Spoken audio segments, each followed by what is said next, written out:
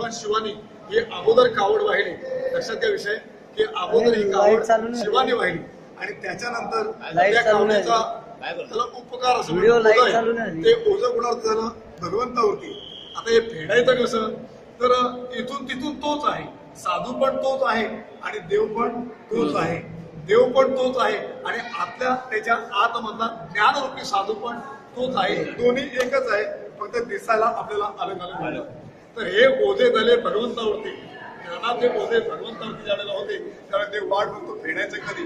ते पैठणमध्ये भगवान परमात्मा तर पैठण येथे भगवान परमात्मा त्याने पाहिला. एकनाथ महाराज जन्माला आले. कोणाला जन्माला एकनाथ महाराज अवताराला आलेले आहेत. ती ही एकच वेळ आहे की माझ्या अंगावरती असलेलं ओझं फेडायचं. भगवान परमात्म्याने श्रीखंड नावावरून धारण केले आणि 36 वर्ष म्हणजे मन पुरा होईपर्यंत पूर्ण आनंद होईपर्यंत भगवान परमात्म्याने ती कावडीने पाणी फुकट वाहिले एकनाथाच्या घरी. आता मला सांगा की एकनाथाच्या घरी जाणार भगवान परमात्मा कावड वाहतो आणि रात्रीमध्ये आपली एकनाथ कावडीमध्ये पाणी खाली बोलतो. आपण किती अर्थ घेतला, आपण किती नामजप केला तर वासनेचा होल आपल्या आतमध्ये वासनेचा होल आहे. त्यामुळे तुम्ही किती चिंतन करता ते निघून जाते. मी असं म्हणेन की एकनाथांच्या घरी ती कावड वाहिली गेली म्हणजे आता ओझे कोणाच्या अंगावरती झाले एकनाथांच्या. बरोबर की एकनाथांच्या अंगावर ओझे झाले. एकनाथ महाराज ज्यावेळेला पैठणला गेले त्यावेळेला भगवत परमात्म्याची लीला आहे. त्यावेळेला श्रीमद भागवताचे वैभव त्या काशी क्षेत्रातल्या शास्त्रीला त्यांनी पटवून दिले आणि तिथून जी कावड उचलली याला वाटत ऋणफेड.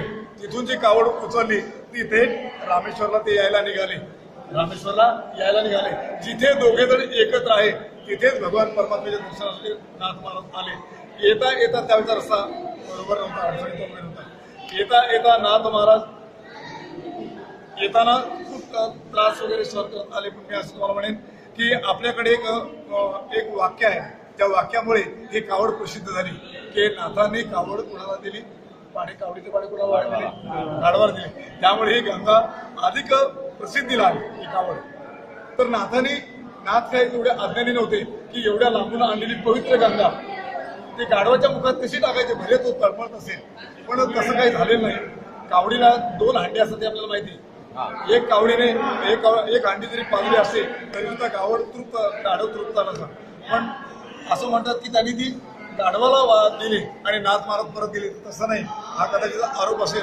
माझं असं मत आहे हे आरोप असेल. नाथ महाराजांनी ते कावड इथपर्यंत आणलीच असेल त्याशिवाय तेवढी प्रसिद्ध झाली नाही.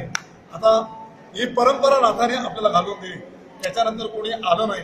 आपण आलोय काही उपकार केले नाही तर आपण एक त्याला स्पर्श केलेला आहे आणि हाच या कावडीच्या प्रवासाचा वारीचा स्पर्श हा अखंड तेवत राहो आणि जगाला त्याचा बोध व्हावो अशी माझी नाथांची श्री